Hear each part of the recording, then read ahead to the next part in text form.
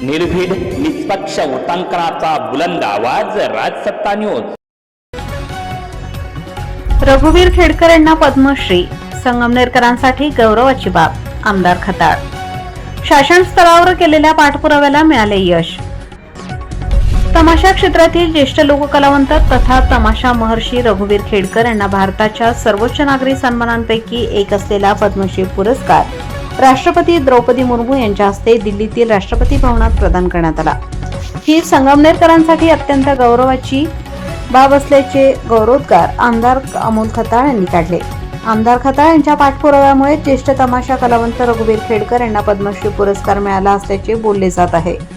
महाराष्ट्र राज्य तमाशा फड मालक संघटनेचे अध्यक्ष आणि संगमनेरचे सुपुत्र रघुवीर खेडकर यांनी आपल्या असामान्य कलागुणांच्या जोरावर तमाशा ही लोककला महाराष्ट्राच्या कानाकोपऱ्यात नव्हे तर थेट दिल्लीसारख्या राष्ट्रीय स्तरावरील व्यासपीठांवरही प्रभावी सादरीकरण करून या पारंपरिक लोककलेचा झेंडा उंचावला आहे।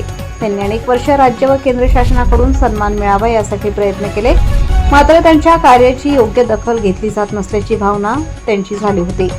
परंतु संगमनेर तालुक्यातील राजकीय परिवर्तनानंतर त्यांनी या पुरस्कारासाठी आमदार अमोल खताळ यांच्याकडे आग्रह धरला होता। त्यानंतर आमदार खताळ यांनी महाराष्ट्र शासन स्तरावर आवश्यक तो पाठपुरावा सुरू केला। तमाशा सम्राज्ञी कांताबाई सातारकर यांच्या नावाने दिला जाणारा पुरस्कार वितरण सोहळ्यासाठी सांस्कृतिक मंत्री उदय सामंत संगमनेर येथे आले होते। त्यावेळी आमदार खताळ यांनी मंत्री सामंत यांच्याकडे रघुवीर खेडकर यांच्या नावाची शिफारस करण्याची मागणी केली होती। त्यांच्या या मागणीचा सकारात्मक विचार करून सांस्कृतिक विभागामार्फत केंद्र शासनाकडे प्रस्ताव पाठवण्यात आला होता। या पाठपुराव्याला यश मिळत अखेर रघुवीर खेडकर यांना देशातील प्रतिष्ठेचा पद्मश्री पुरस्कार जाहीर झाला।